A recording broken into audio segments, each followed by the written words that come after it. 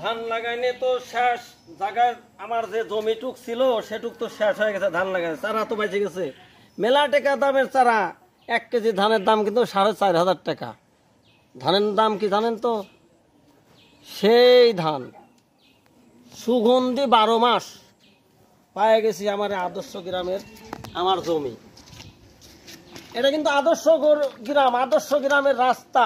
আর এটা বানাইলাম জমি, ধান লাগাইলাম আর কাটি কুটিয়ে মানুষে কুলার চাইল দেব, সরকারের দেব লিলিপ।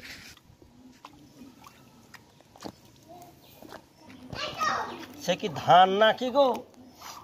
এখনই যে বাসনা করছে।